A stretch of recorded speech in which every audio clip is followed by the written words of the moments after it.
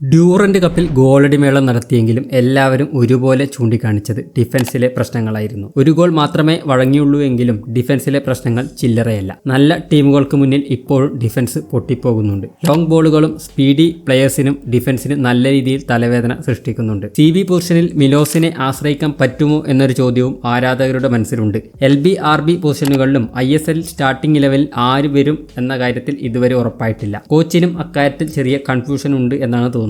സന്ദീപിനെ അധികം യൂസ് ചെയ്തതായി കണ്ടില്ല. ഒഫൻസീവ്ലി വിംഗ് ബാക്സ് കൊടുക്കുന്ന സപ്പോർട്ട് പലപ്പോഴും ഡിഫൻസീവ്ലി നമുക്ക് കിട്ടാറില്ല. ഈ പ്രശ്നങ്ങളൊക്കെ നിലനിൽക്കെയാണ് ഫ്രഞ്ച് ഡിഫൻഡർ അലക്സാണ്ടറെ കൊയ്ഫ് ടീമിനൊപ്പം ജോയിൻ ചെയ്യുന്നത്. അതെന്തായാലും ക്വാർട്ടർ ഫൈനൽ ഒരുക്കങ്ങൾക്ക് കരുത്തു പകരും എന്ന കാര്യത്തിൽ സംശയമില്ല. ഡിഫൻസിൽ ഒരു ലീഡറുടെ അഭാവം കൃത്യമായി കാണുന്നുണ്ട്. ലെസ്കോയെ പോലെ ഒരാൾ നമുക്ക് ആവശ്യമാണ്. ആ ഒരു റോള് കൊയ്ഫിന് ഏറ്റെടുക്കാൻ സാധിക്കും എന്നാണ് ആളുടെ മുൻ കളികളും ട്രെയിനിങ് വീഡിയോസും കണ്ടപ്പോൾ തോന്നിയത്. അത്യാവശ്യം വോക്കലായിട്ടുള്ള, മറ്റുള്ളവർക്ക് കൃത്യമായി നിർദ്ദേശങ്ങൾ കൊടുക്കാൻ കഴിയുന്ന, പിച്ച് നല്ല രീതിയിൽ സ്കാൻ ചെയ്ത് അലേർട്ടായി നിൽക്കാൻ കഴിയുന്ന ഒരു പ്ലെയറായാണ് കൊയ്ഫിനെ തോന്നിയത്. കൊയ്ഫിന്റെ വരവോടെ ഡിഫൻസിലെ പ്രശ്നങ്ങൾ ഒരു പരിധിവരെ പരിഹരിക്കപ്പെടുമെന്നും കൂടുതൽ ശക്തമാകും എന്നാണ് ഞാൻ കരുതുന്നത്. നിങ്ങളുടെ അഭിപ്രായങ്ങൾ കമന്റ് ചെയ്യുക.